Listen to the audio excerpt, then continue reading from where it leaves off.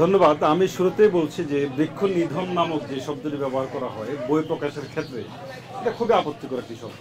পৃথিবীতে এত বেশি ধ্বংসযজ্ঞ চলছে মানব সভ্যতার চেয়ার এবং খাট বানানোর জন্য এবং অন্যান্য অনুষঙ্গ আসবাবপত্র তৈরি করার জন্য যে পরিমাণ বৃক্ষ নিধন করে তা নিয়ে কেউ একটা কথা বলে না, কোনো লেখক বলে না, কোনো পরিবেশবিদ বলে না, কেউ কিছু বলে না। যখনই একটা বই প্রকাশের কথা আসে তখন বলে যে বই বৃক্ষ নিধন হচ্ছে, বই পরিবেশ রক্ষা করুন। শুধুমাত্র বই বই প্রকাশের জন্য পরিবেশ রক্ষা করতে হবে আমাদেরকে, আর কোনো কারণ নাই। রেল কোম্পানি যে রেলের নিচে যে স্লিপার দিচ্ছে, কাঠ দিচ্ছে, সেটা কিন্তু গাছ। আমরা যে সোফায় বসছি সেটাও গাছ, আমরা যে খাটে শুইতেছি সেটাও গাছ। নানা আনুষঙ্গিক কাজে কিন্তু আমরা গাছকে ব্যবহার করছি। কারেন্টের যে পিলার দেওয়া হচ্ছে সেটাও কিন্তু গাছ। ইদানিং হয়তো সিমেন্ট এসেছে। শুধুমাত্র বইয়ের ক্ষেত্রে বৃক্ষ নিধন এটা খুবই আপত্তিকর শব্দ। এই শব্দ আমি কখনোই ব্যবহার করি না, এক নম্বর। আর আমি 2 শতাব্দীর সন্তান, 2 শতাব্দীর আমি 80 সালে জন্মগ্রহণ করেছি, গত শতাব্দীতে। এই শতাব্দীতে আমি মানে পড়ালেখা করছি, বেঁচে আছি এখনো পর্যন্ত।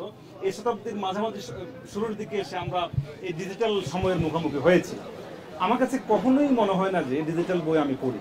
আমার মোবাইলে অনেক পিডিএফ বই, গুগলে সার্চ দিলে অনেক অনেক দুর্লভ বই পুস্তক আসে।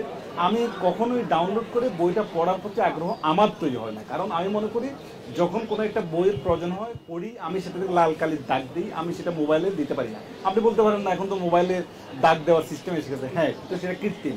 আমি যখন বইতে দাগ দিচ্ছি সেটাকে কৃত্রিম মনে হয় না।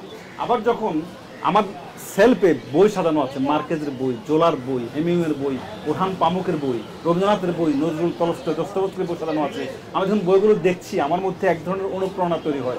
আমাকেও তাদের মতো করে লিখতে হবে, কিংবা তাদেরকে ছাড়িয়ে ভালো কিছু লিখতে হবে। আমার মধ্যে কিন্তু ওই সাজানো বইটা অনুপ্রেরণা তৈরি করছে, যে অনুপ্রেরণা ডিজিটাল বই, যেটা আমার মোবাইলের মধ্যে লুকায়িত কিংবা আমার কম্পিউটারের মধ্যে লুকায়িত সুপ্ত অবস্থা আছে, সে অনুপ্রেরণা আমাকে দেয় না। হ্যাঁ, ভবিষ্যতে হয়তো আমি যদি এই শতাব্দীতে জন্মগ্রহণ করতাম, যদি আমি ০ দশকের মানুষ হতাম, হয়তো আমাকে সেই ডিজিটাল বই টানতো, কিন্তু এখনো পর্যন্ত আমাকে ডিজিটাল বই টানবে না। সম্ভবত যতদিন বেঁচে আছি ততদিন পর্যন্ত আমাকে ডিজিটাল বই টানবে না, কারণ আমি ক্লাসিক মানুষ। পৃথিবীতে কোনো জিনিস ক্লাসিক, চিরায়ত যে মাধ্যম, সেই মাধ্যমটা থেকে যাওয়ার প্রয়োজন আছে সাহিত্যের স্বার্থে, শিল্পের স্বার্থে, বইয়ের স্বার্থে, সামগ্রিক জ্ঞানের স্বার্থে। এত বড় বইমেলা, ধরুন বই নাই, এখানে ডিজিটাল, আসেন পর্দা দিয়ে বই বিক্রি হবে, একটা মানুষ এখানে আসতো না, কারণ সে বই মেলা বাসায় বসে ওই বইটা সে কম্পিউটার সফটওয়্যার দিয়ে ডাউনলোড করে ফেলতো, বই মেলার প্রয়োজন হতো না। আমরা এই ধরনের কখনোই দুঃস্বপ্নেও ভাবি না যে বই মেলা থাকবে না, ডিজিটাল বই থাকবে, আমাদের কোনো বই আমাদের